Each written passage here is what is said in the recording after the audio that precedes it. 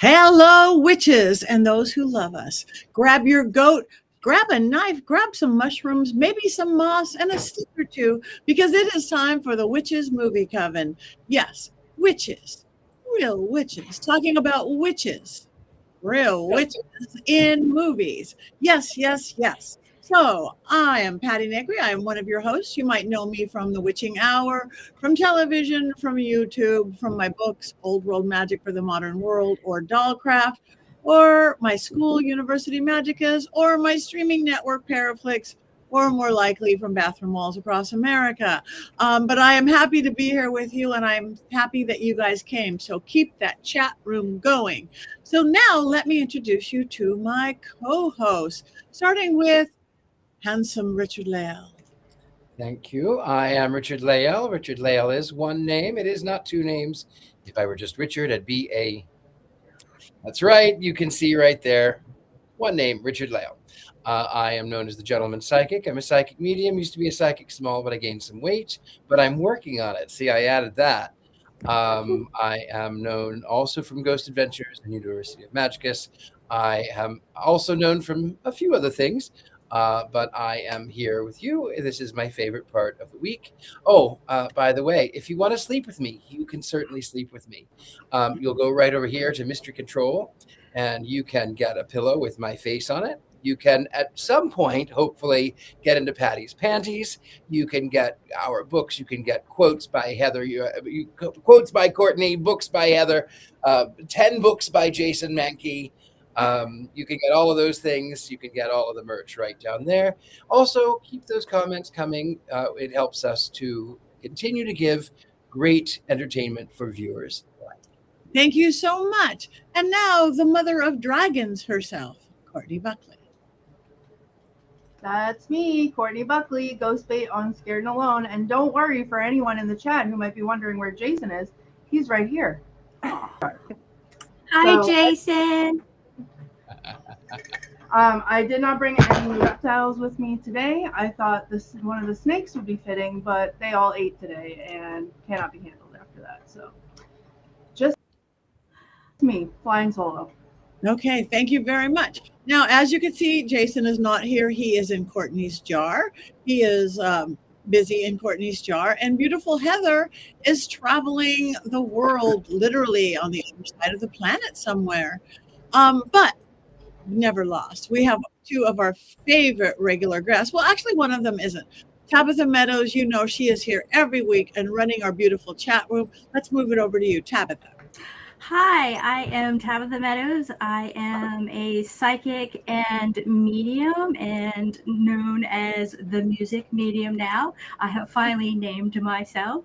I'm so happy to be back here with you guys on film instead of in comments, but I do love comments, don't get me wrong. And I'm excited to be here on a day of a new moon and also the eclipse. Wow, what a crazy day. Thank you for having me back. Always. Thank you so much. And last and never, you're getting to know her very well, the wonderful Scarlet Amaris. Thank you. I'm Scarlet Amaris. I'm a screen and television writer. I'm also a novelist and have directed music videos and also a practicing witch, and I'm thrilled to be here. I love talking about movies and witchcraft, and this movie is going to be a lot of fun. I can't wait. Thank you. Yes. And speaking of this week's movie, it is Mother of Flies. It's a new film out this past year. Mother of Flies. I hope you all watched it. We did. So again, keep the chat room going. So now, Richard-Lael, we don't have all of Heather's stuff, but we're going to do the best we can without Heather and Jason.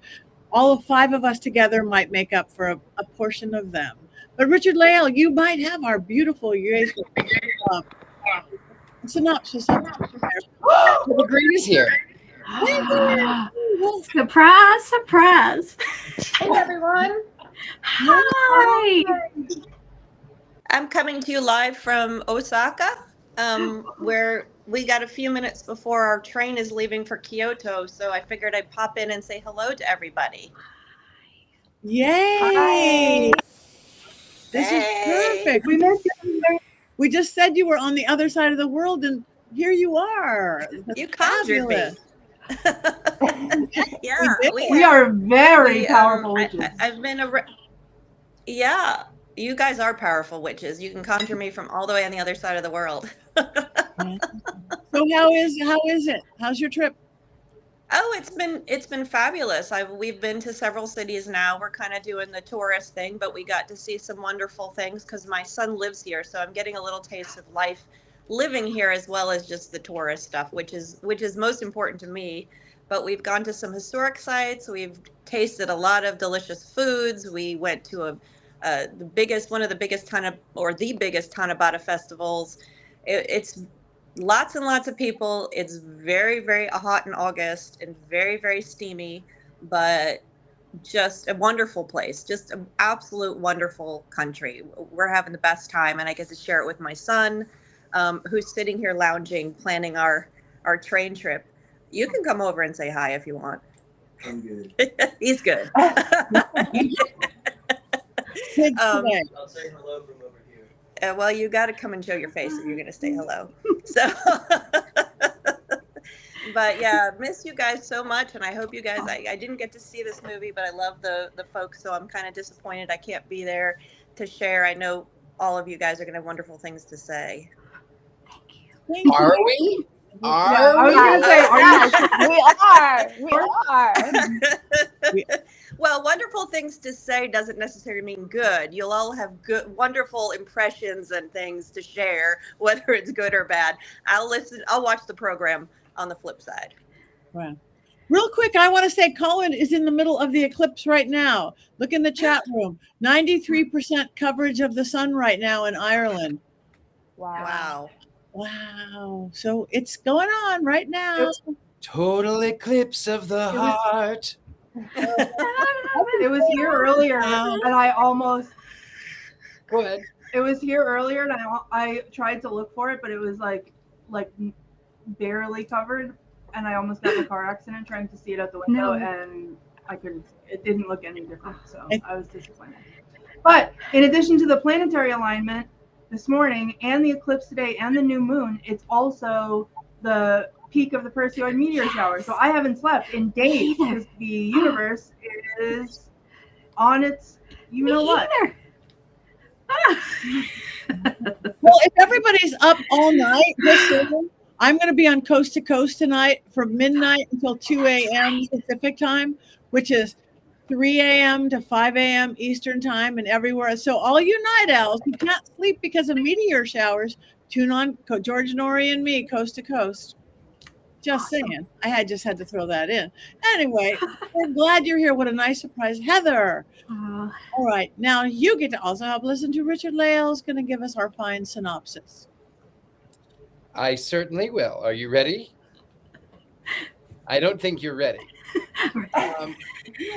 The synopsis. They're creepy and they're kooky, mysterious and spooky. They're altogether ooky. They're not that Addams family. And I know the confusion. I sense the confusion because I was confused when I think it was Scarlet who said it's the Addams family. And I went, wait, what? I love the Addams family. And then I was sort of not disappointed, but somewhat. Well, I was disappointed because it wasn't the Addams family. But if I have to do those East Coast 1D Addams, I guess this is okay. Now, to the actual plot line of the film. So a young woman is diagnosed with cancer, and she obviously is afraid for her life and has decided that she wants to live. She's undergone all kinds of chemotherapy, and it is inoperable, and she has been handed the death sentence. And so she somehow has contacted this woman who lives in the Catskills, though it doesn't say that, but we know that they do. Has contacted this witch of the woods, as the case were, who will do this thing for free and will remove the cancer from her body.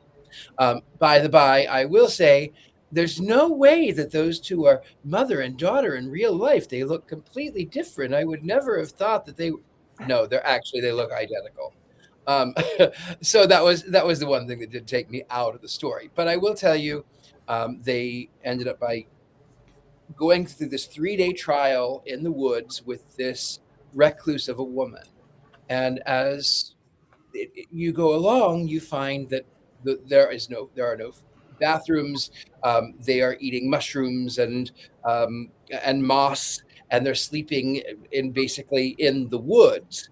And at some point, we start finding that the woman doesn't eat, the witch doesn't eat at all, and then she not only communes with serpents but swallows them whole, and has poisoned with I can't remember the root now. I should know the root, but hemlock, poisonous hemlock has poisoned the father so that he can have time to reflect.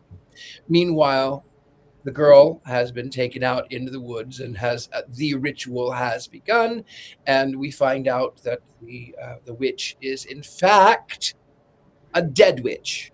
She's a dead witch from 200 years ago who had, through the power of necromancy, raised a child from the dead and was going to raise it as her own. And the village people, who listens to them these days, the village people decided that they were going to murder, unalive this wise woman, and then the legend had it they would keep stones to hold her in her grave. And so what has happened is that this girl has had dreams and has communicated, and they had cried through the centuries so that she could have a baby. And so she does actually take that cancerous tumor out of the body, with all kinds of serpent venom and things, and then it actually becomes a full-on, I would say, homunculus. It becomes a baby, and then she can rest in her grave. At the end, they have escaped. We find that there is no house. We find that the witch has been dead for 200 years. It ends like Psycho. For a long time, the girl is staring into the camera. And I half expected her to say, "Look at that fly. I wouldn't hurt that fly. Mother wouldn't hurt a fly." I expected that, but that's not what happened. She actually ended up by, they were at the doctor's office, and the doctor was impressed that there was no scar tissue from the chemotherapy. The cancerous tumor had been removed completely. There was no sign. She was completely healthy, and they were going to do more tests. And it ends with the fact that she believed, and that was what gave them power. Mm-hmm. Also, there's a lot of music, but it's their music, and that's also worth noting. That's it. Thank you very much. Now we don't have Heather's 5 things, but we have different things. Who said that? Tabitha, you had some. You want to start out with some things? But can I just want to interrupt because I need to go. So because we got to catch a train, but I wanted to just interrupt really quick before at a good spot and say, love you guys. You guys are Richard-Lael. That was beautiful. I completely understand the film now. I don't need to watch it, but I miss everybody. I miss everybody in the chat. I miss my coven, and follow me on Facebook and Blue Sky. I'm posting pictures, and I'll be back very soon. But have a great show tonight, guys. Bye, Heather. Bye. Okay, here we go. All right. Here we go.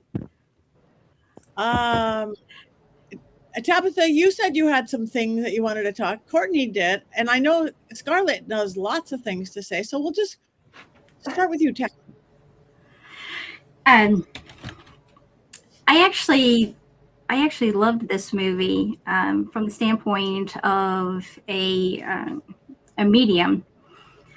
The witch starts talking in poems and rhymes and what seems like it could be riddles for some people. But when we finally figure out that she's been dead for a couple 100 years, it starts to make all the sense in the world from a mediumistic standpoint, because oftentimes when speaking to those who've transitioned, they don't, you don't get a whole dissertation out of them. You're going to get a few words and lyrics. I get lyrics, a couple of sentences. Some people do get more than that, but that really hit home for me and made a lot of sense in this movie. That's one of the things that I liked about this, was the death and mediumistic crossovers in this. Thank you. Yeah, I liked the death, life, death, renewal, flies, decay. I actually got past the dead rats in the beginning and the deer, because they brought it back up, but I got past all of that. And I do know, and I think I'm going to hold back because I know Scarlett probably knows a lot more. This Adams family, this is a family, and they had their own personal cancer experiences. That's what this is from. That cottage is their cottage in the Catskills. It's like, that just blew me away, all this stuff. So go, Scarlett, you're more expert, I'm sure, on all that. I actually didn't know that about the cottage, but I'm not surprised. Yeah, the Addams Family, I think this is their 8th movie, I believe. They also did Hellbender, which I think you guys did as well, which I love Hellbender. And I think that was my entry point maybe into them. Like, that's when they first came on my radar. But they were also, they have Hellbender, which is their music too, and they were doing their own music videos. And their music videos are incredibly atmospheric and beautiful. And I just love the fact that I wish it was my family. I want a mom and a dad and sisters and that make horror films and make music videos together, and write together, and they edit, they do everything. It really is like a family thing, and they've been wildly successful.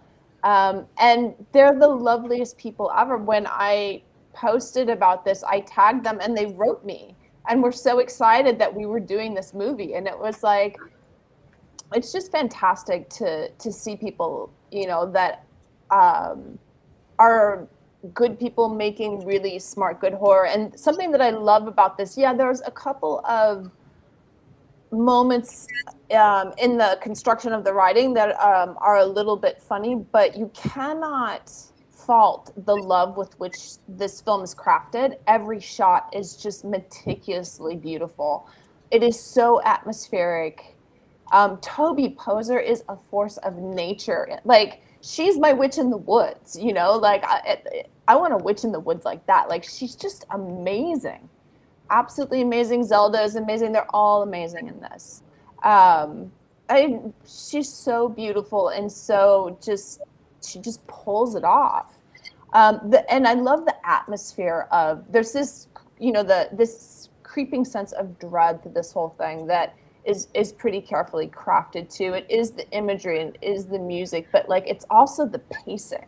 So there's a lot of really smart things that are done in this movie that I really appreciate, because so much of modern horror is so jump scare, narrative kill structure, and they really take their time in building something that is just a little bit more artful. It may still be a simple storyline, but there's something that is just a little bit elevated. It has a lovely nod to art house. It has a lovely, it is definitely a folk horror tale. But yeah, I think that they're enormously talented, and they keep coming out with greats. I can't wait to see what they do next. They just premiered a film at Fantasia, so they're just turning them out, and they're knocking it out of the park each time.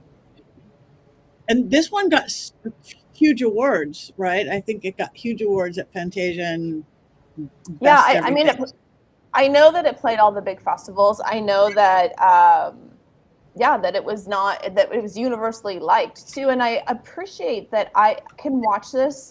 And yes, there's a couple of things where I'm like, yeah, they're getting into like kind of dodgy witchcraft territory, but I don't get mad. They're not practicing the ancient Wiccas. Do you know what I'm saying? Like, I feel Ancient like French Wiccans, yeah. yeah, the ancient French Wiccans or the Wiccas, the ancient Wiccas. Like, I feel like somebody's done their research, you know, and like they're trying to really pay homage to witchcraft and to folk horror, in doing so quite like cleverly and beautifully. I have to say that I have lived in New York. I have never seen the Catskill Mountains, but I've seen the Catskill mice, though.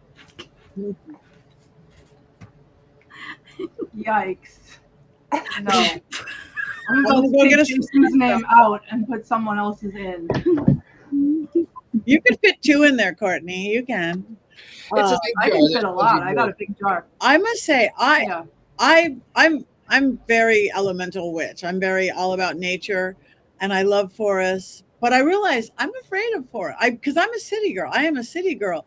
So to me, and I've been in a few I've been in the Hoibachu forest in Romania, one of the scariest, deepest ones in the world. But I was scared to death this whole film. It's the forest, its own character, the beauty and the terror and the dread and everything. I just loved it. And I was actually I kept waiting for something bad to happen, but when it wrapped up that she was cured. Whatever methods that was. Is this a good witch? Is this a bad witch? Yes. Looking at these moral choices of if somebody's going to use,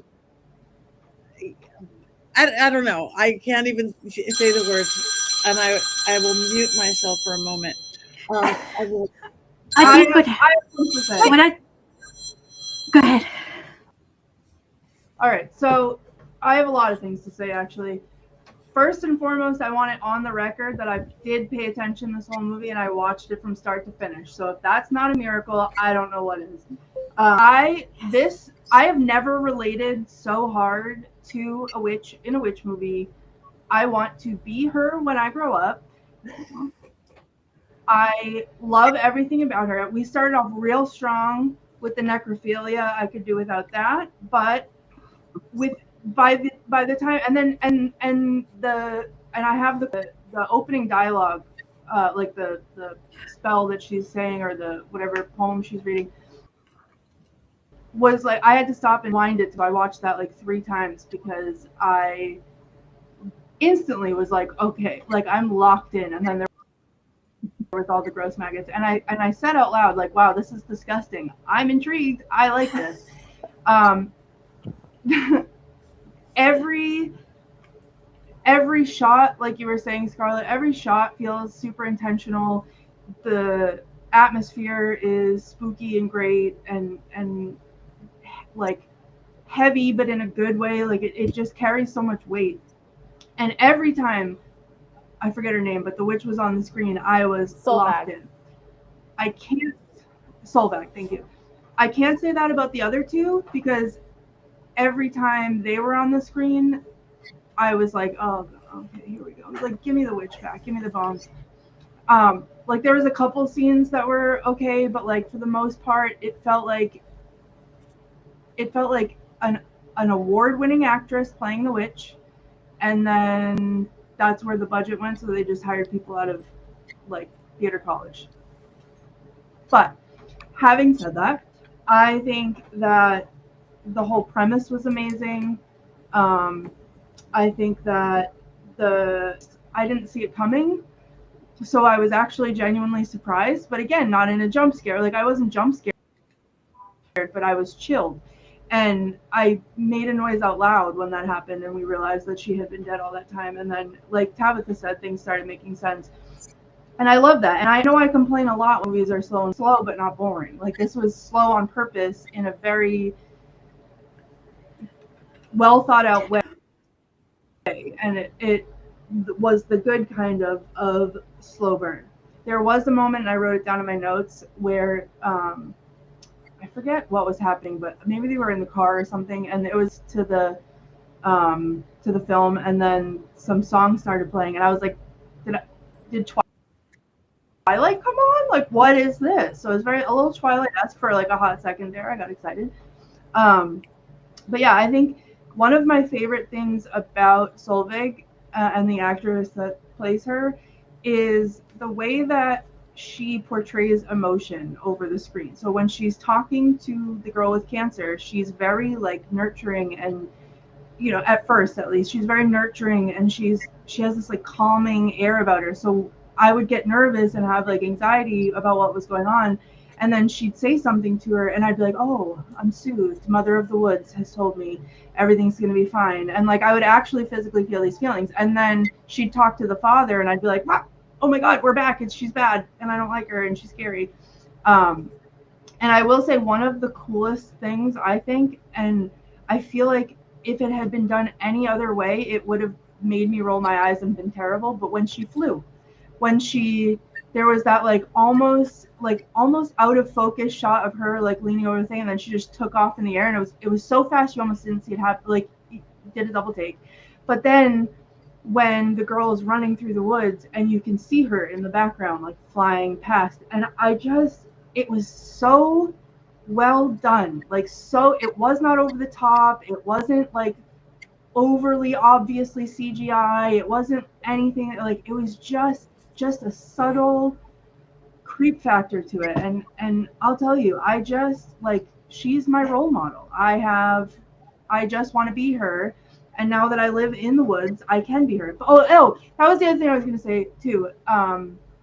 Scarlett, you were talking about the magic, and you know what? I feel like I really related to her brand of magic, because I don't know what she was doing, but it felt so personal to her, and just she was doing what was coming through her, and that feels like how I practice. So I don't, I have books behind me that I want to, but I usually don't. I usually just feel what needs to be done, and I do it with whatever I have laying around. So now I'm about to go out in the woods and get a pointy stick, and then I'm going to stab Jason's name with that, and we'll see what happens. Because I just call me Solveig, because that's my spiel. I loved when she's doing the first sort of prayer ritual thing around the table, and it's the sing-songy poem, and she's sort of doing these things, and the father is so confused, who is obviously a non-believer in any of it. And when she closes the prayer, he says amen, and she says, take it back, take it back, take it back, take that back. And he's like, what? Spit it out, spit it on the floor where that belongs. No idolatry at the table. I kind of laughed. As a former Christian, I laughed at that one. I laughed. Oh, Richard-Lael, I have a fun story for you about that. Nathan has been visiting colleges, and he was a Catholic school, a Catholic private college reached out to him. So we went to the open house. Now we're in the auditorium. I, of course, am dressed all in black with my Black Phillip tattoo, and he kept threatening me that I do not pull your sleeve up because I will be embarrassed. And it wasn't overtly religious, which I was very worried about, until the priest went up and did a blessing for everyone. And so it's prayer. But Nathan just, I would take him to church if that's what he wanted to do, but he's never wanted to go to church. He does a prayer and says amen, and then Nathan starts clapping. So I have to reach over and go, that's a prayer. Just very deadpan. I was I put my arm in front of him like the map. But he got some other kid didn't know what to do in the audience, and also followed his lead and started clapping, and we've laughed about that ever since. Nice. So, I'm at least didn't spit on it. But and there should be good claps after a good prayer or song, or a million times I've been in that kind of typical ritual. It's why don't you applaud after that beautiful solo or whatever? And you don't. Beautiful, all that stuff, Courtney. I agree most of it, except that I really liked the father and the daughter characters. I bought to them. I saw what a father would. I mean, you see, I can't imagine anything worse than your child being terminal and what to do, and wanting to go off in the woods with this weirdest woman you've ever seen.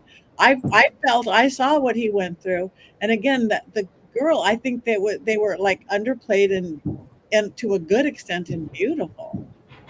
So I bought all the characters. I think my problem was mostly with the dad. Like the daughter was all right, but it was like the dad just had, it was like zealous acting. Like I didn't feel, when he was giving his lines, it felt like he was reading them off of a script. So, I don't know. That's where I had it took me out of it, and I didn't want to be taken out of it. I wanted to live there. I think that Patti brought up something really interesting too, in saying that something I really enjoyed about the magic is they don't portray it as either good or bad. Like the magic is the force to be used how it is going to be used. And I think that's what rings so true about it. Yeah, she has, like, she's an ambivalent character. We can't quite tell which side she's on, but she's using the power as it has to be used. And I think that's, like, we don't get caught up in the morality of it because she's just staying to the tradition of it. And I think that's something that really works in its favor. I also, the first movie that I ever co-wrote that got made was called The Mother of Toads. It's part of Theater Bazaar. So I really wish that the Mother of Toads would play with the Mother of Flies, because I think it would be a great double bill. So I'm just putting it out there. Okay. I want to feature on its way. I want to watch The Mother of Toads. That is great. Thank you for that, Scarlett. Much better spoken. My intent, much better spoken. I'm not speaking well today, so it's going to be a fun day. I feel like the father was a conduit for the daughter's healing.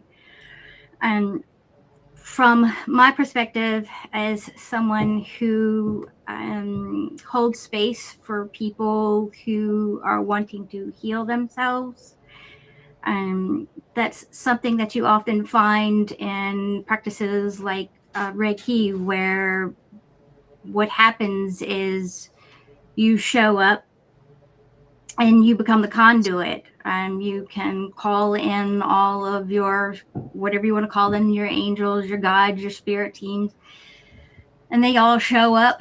And what occurs after that is their business. You have nothing to, well, you can have something to do with it, but for the most part, it's your job to show up and just be there. So I felt like that's who he was in this movie. He was the conduit for his daughter, and he needed that. And I have a theory of how she met the witch. So she's walking towards ever so close to death. So she does what someone might do when they are about to cross and they don't necessarily want to. If you feel like you want to be here and you have more life to live, you cry out. You cry out to whoever, anyone who you believe in, someone who might help you. And the witch, she is the one that heard her cries. She's the one that showed up for her, and that happens a lot of times in mediumship too. I can be here in my house, and I can tap into another house, and I can speak to all, or the spirit that will speak to me from that house. I can speak to them. So I feel like somewhere out there in the ether, they met up and connected, and that's how it started. That's my theory. And I'm sorry. Sorry. No, I was going to agree with you, but there's something I want to pin in that one. So this time I really loved how they didn't focus on the house as a sentient being so much as, like you were talking about, Patti, the elemental elements of this. Like everything was of everything. And one of the real important things that she talks about before they get into space, when she, she slides that ring on her, is not knowing. It's like it's me, it's you, and it's we. Where do I begin, and where do you end? Where do you end and I begin? And we are all one, and we are all a part of all of everything that's going on here. And so she sets her up to come walk into that space beyond liminal, because she's tipping over just a little bit more there. And she opens the door to that, and when they start walking to the woods, it also allows the father to come along. As like, I guess people in video, when you're playing a video game, you're like a first person shooter, but you can always have this healer with you as well. So he was walking along with that. What I also found cool about this is that 200 years, that's a long time for spirits will linger for a long time if they've had some sort of trauma. What I thought was really cool is every rock that they kept placing on top of her grave unknowingly kept giving her the energy that she needed, and that's they kept speaking her into existence. Every time a kid would come out there and place a rock on top of her, that's what gave her so much energy. That's what gave her power, and that's what I believe allowed them to connect to one another from a long distance, so that she could help her to heal. The witch didn't heal her. She had to want to heal herself. She had to believe that it could happen, and she did. So I wanted to say about the pin, about how they met. You are right. I would also like to add the power of dreams, because when we are slumbering, our breath slows, our heart rate slows, and we oftentimes travel. And time is an illusion. In my own world, I have been at the Chateau de Versailles. I have been when the Red Baron flew over Germany. I have seen the Titanic. I have seen these things, and I have interacted with people in these times. I've interacted with people in future times, because time is an illusion. It is a persistent illusion. And when I do mediumship, I tell people, they say, well, do you believe you talk to the dead? And I say, I don't know. I believe that time is an illusion, and that I don't know personally if I'm talking to someone in their sleep. I don't know if they're dreaming or if we are dreaming. I don't know if they're alive or dead. I don't know. I'm just telling you what I see. And because I see these things, I'll say what I see. And I'm playing Pictionary with the universe. So however it may be, but I do think that, yes, when one is at the state where they are facing their mortality, it also alters the mind so that the dreams become a little bit more erratic. And I also think that in this one, they connected both because they had shared traumas and because the girl needed to be healed. She needed to heal herself. She needed something to believe in. So yes, I agree with you on that. Just a little add that also maybe they were dream walkers. Well, I agree. I agree wholeheartedly. And I, as a medium, also say time and space is an illusion. There is no time and space. So what you're saying, if they're dead, I think they're dead and they haven't been born yet, and they're everywhere in the middle of that. But yeah, I think the girl found the witch as much as the witch, because the witch was very adamant about that. No, you came to me. You came to me. The girl was looking for an answer. So I agree with you too, Tabitha. So there's no curse. I want to hop in and say real quick that she the part of that I like the most is she kept repeating, I did what they asked. I gave them what they asked for. I gave them what they asked for. I gave them what they asked for. And that's exactly what she did. Like, and that was the best part, I think, of the ending. And I said it out loud. She did what they asked. She gave them what they asked for.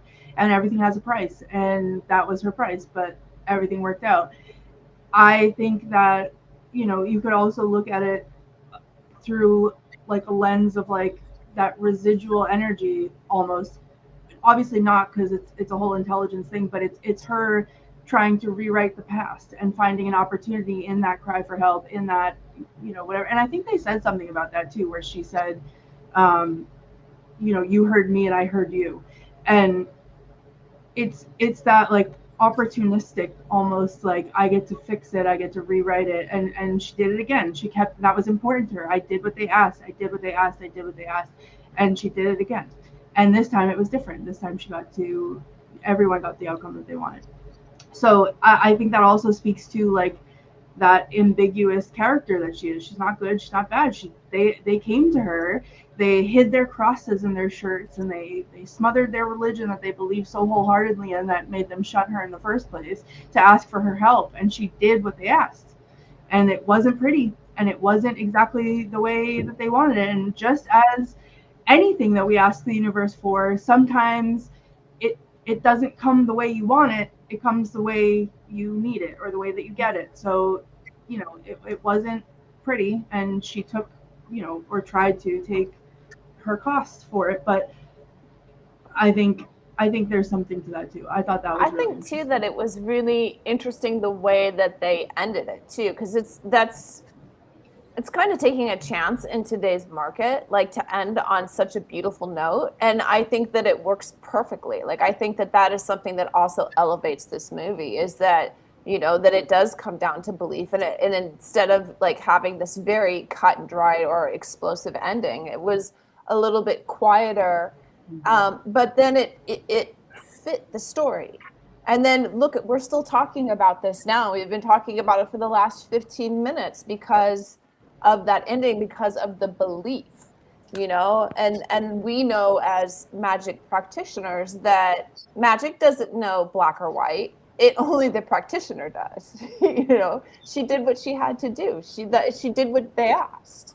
And I think that's exactly it. I also want to say one other thing about the effects in this movie. This is one of my most favorite poisoning scenes that I have seen in a long time. Like, the amount of snot on the dad. Yes. I mean, it was so gross, but it wasn't uncalled for. Like, that's how it would go. I mean, it was just like, ew, but at the same time, I'm like, that's, you know, like, that's what happens. It didn't feel gratuitous to me, even though it was really disgusting. Like, I thought it was well placed. Didn't you feel that, though? I almost threw up. I almost did too. I almost did too. Actually, I have a cast iron stomach. It almost made me sick. But I actually thought for just a split second, I thought that she had actually poisoned the father to death, and she was going to go out into the woods, and she was going to say, "Now you're my daughter." That's what I thought.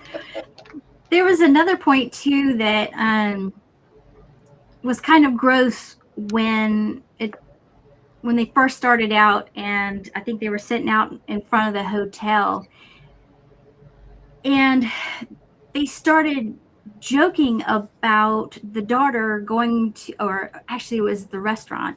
They started joking about the daughter going to use the bathroom and Jackson Pollock the bathroom. And I thought, oh my gosh, how disgusting. I was like, ooh. And then like 2 seconds later, I had to dial that all the way back, because as someone who lives with someone who is chronically ill, you know, sometimes that's all you have. The pain is so much that sometimes all you have is the jokes that could get you through. And in that instance, I felt really bad, because for a couple of seconds I had lost my compassion and empathy And if you're not someone who hasn't had to go through that or loves someone who has to go through that, you don't know. And so to the average person, it was gross and disgusting that she was going to Jackson Pollock the toilet. But then to myself and my partner, someone who has Crohn's, we totally understand that. So this movie hits a lot of different perspectives from that a place, a standpoint of death. So I loved it even more. The jokes were, some of the things were really gross, but they were absolutely necessary. And again, they were from their own cancer experiences. 2 of them had cancer. One had done the chemo and all that, and that's what he's going through, and one had surgery. So. Yeah. But I mean, what a beautiful thing though. Like you take these horrific life experiences and you create something out of them. Something that people talk about, something that people watch over and over again. Something that, like now we have Solvag, and Solvag is another one of the witches that I'm going to put, on the pedestal. Is I want to be that witch in the woods too. Like I kind of was for a while, but yeah, like she's up there. And I think that's Scarlet, you're welcome to come over and go frolicking with me. Okay, well, maybe we'll pick a full moon, like a really good one. Ooh. Okay. All right, cool. I just, as someone who, this is a human, and I collect medical specimens. I have dead things in jars and on the walls and everything else, because I think it's beautiful.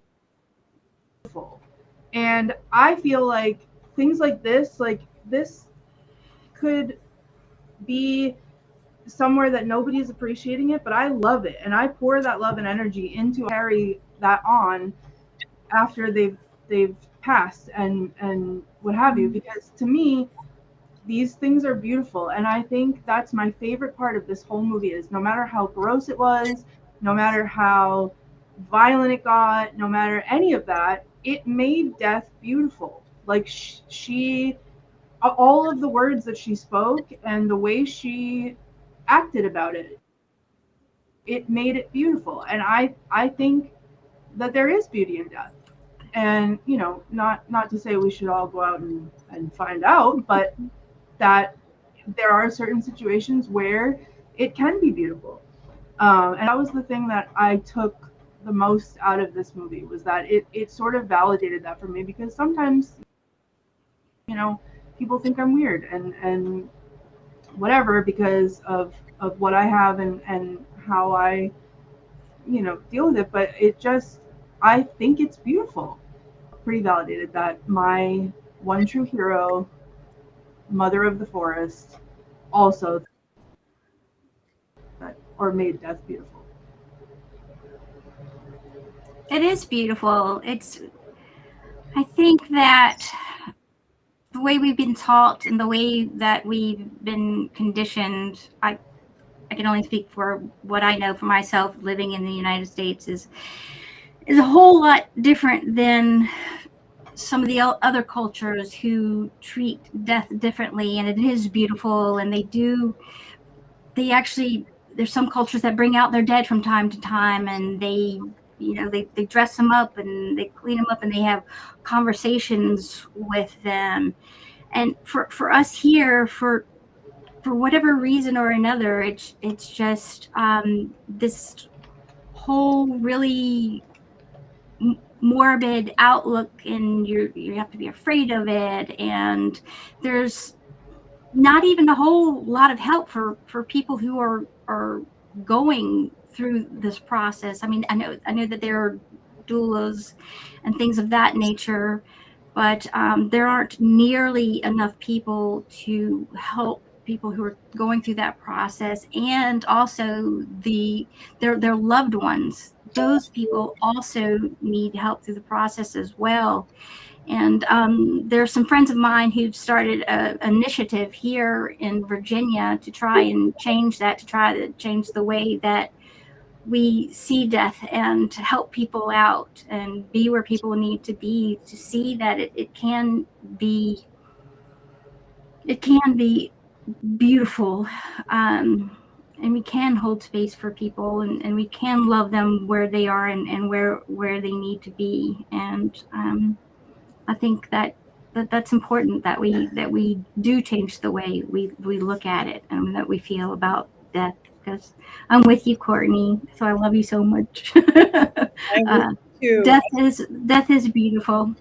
I just want to say, whoever made that RFK comment, that Yes, was hilarious. I'm so sorry that I didn't mean to laugh in the middle of what you were saying, but that comment was so funny. Incredible. I'm not offended. I mean, everybody's Speaking of death, I want to go back up on the scroll. Robert had asked about, he wasn't quite sure of the ending. They dug it out and they found her with a baby. What was the ending? The ending is she got her baby back. Yeah. You know, the baby back ribs. Baby back. Yes. In the afterlife, whatever they're doing, but the baby was in her arms. That was the happy ever after on the witch's POV. That's what I took from it. It was manifested. Yeah. She wanted it so much. Yeah. Some medically, there's some I can't think of the word. The growth that was inside of her body. There have been times where some of those growths have been found with teeth in them and with appendages. So it made sense to me that she could turn that mass and love it and put her energy into it, and turn that mass and form it into a child just by her manifesting it and wanting it. She wanted it that bad that she formed that baby, and I thought that was very cool. No, it does happen. That's people that ingest twins. Like they're twins and they get ingested in the womb and then they get taken out later on and it comes out as a tumor and it has teeth and whatever. But yeah, it's an ingested twin. Yeah, one of my bestest friends, and I don't even know that she's ever been pregnant, whatever that was, had this tumor and they finally took it out and it had hair and teeth. Yep. It had hair and teeth. My mom had that. We could go Bodies are amazing. Make a baby. Well, if anyone has one of those and can contain it in a jar and send it, I will give you somewhere to send it, and then I will love it. And feed it to your dragons. Anyway, we are flowing through time on this one. No, I will. Do we have any quotes, Miss Courtney? Do we have any quotes? Yes, we do. Yes, we do. One of them, the last one, I would like to get tattooed on my body because I thought it was probably one of my favorite movie quotes of all time. But the first one is the opening bit where she said, "Life is rhythm, the heart a drum, but death knows only silence. To woo death, one must love it, lie with it for 3 days. Give your beating, bloody heart to it till death grows warm, till an ember sparks, the dead drum thumps, and the blood of life floods in." And that was one of my favorite overall little poems that she did. And then there was the dad and the daughter in the restaurant, and the waitress came up and asked, because everybody was in their business, which I thought was weird, but they said, "You here fishing, camping?" And he said, "No, we're just here for the Lyme's disease." And then she said, "Well, you're in the right neck of the woods for that." And then later on, she's like, "You here for whatever?" He said, "No, we saw a healer." She's like, "You're in the right neck of the woods for that." Okay. That is so upstate New York. Yeah. Yeah. When the daughter told the dad that Solveig was doing it for free, and he said, "Holy mind blown, are you serious? Nothing is for free ever." And then they walk in the house and the daughter says, "What, alive?" And Solveig just like deadpan, like, "Oh my God, I love her." Just goes, "No."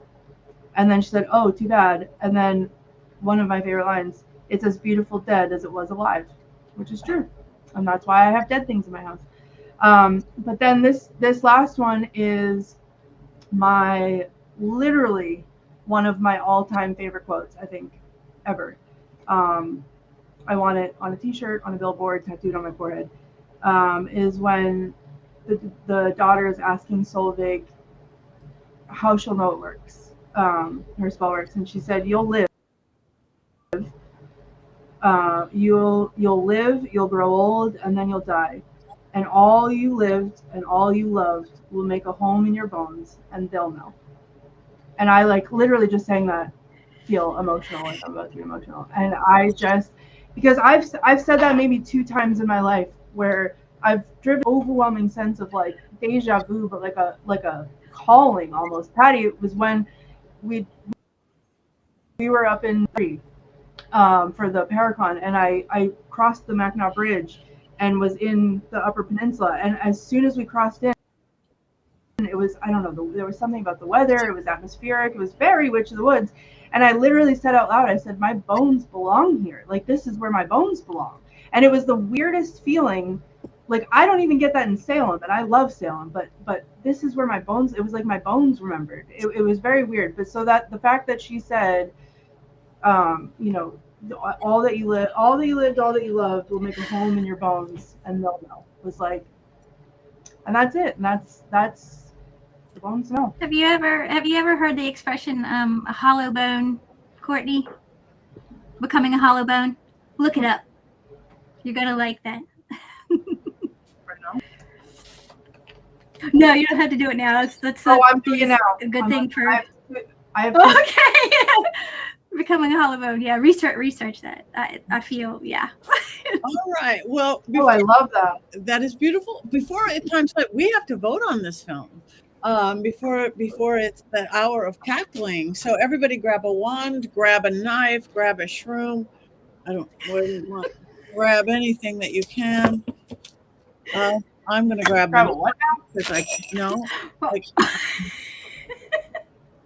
where's everything? All right. Okay, got it. All right. Wands up, wands down. Now, all of you guys, you've been great in the chat room. Wands up, wands down. Do you know why the wand is down? I was expecting an Addams Family movie with 2 Ds. Other than that, I'll give it this. I didn't love it, but I didn't hate it. It was right here. Thank you.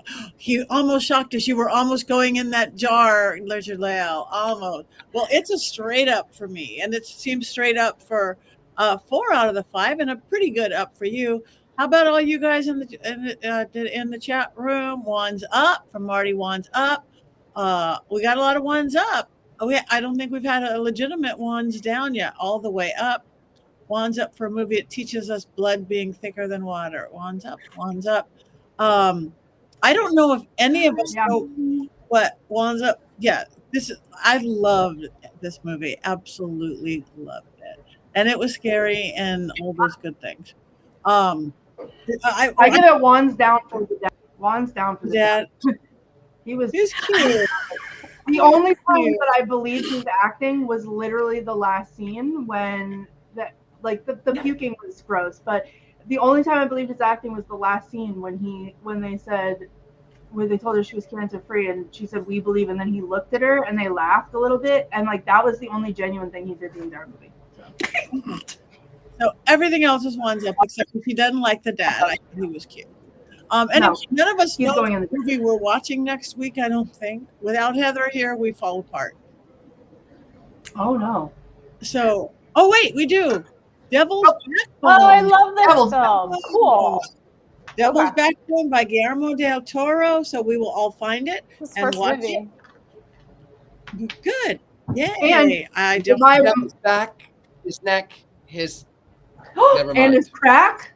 Also, if you would like to begin preparations for my birthday pick, it is all the Twilight movies. So get going. All the Twilight movies. Okay. All right. It's a vampire week. All right, you guys. Oh, real quick. Someone said, Courtney, who would you like to have been cast by the dad? Someone who could act. Probably. Wow. Wow. Oh, Courtney, we're going to put you in a jar. He's going to put you in a jar. I know. I almost told them to come watch this. You should have. They'll watch it in retrospect. Yeah. I've got your back, Courtney. And they're going to put you in a jar. Listen, it is what it is. I loved everything else about it. The writing I thought was great. Like everything was phenomenal. He didn't feel genuine to me. All right. Again, we are at that time. Anybody have anything coming up real urgent that they want to talk about in the next week? See you all late night radio at Coast to Coast, midnight Pacific, 3 a.m. Eastern, and everywhere in the middle. For all you crazy people who don't sleep, come see me, George Norrie. I'm going to go take some more waking up things, caffeine. So anyway, love you guys. One more thing. We miss you, Heather. Thanks for coming in. We miss you, Jason. Thank you, Rob, our producer, for getting us here and keeping us here. And thank you guys in the chat room and everybody watching it later. Go to Mystery Control, buy our merch, buy stuff, like us, follow us, please, individually and as a group, because it makes us happy. You like us. You really like us. And here we go. What do we do as witches? 1, 2, 3. Yeah!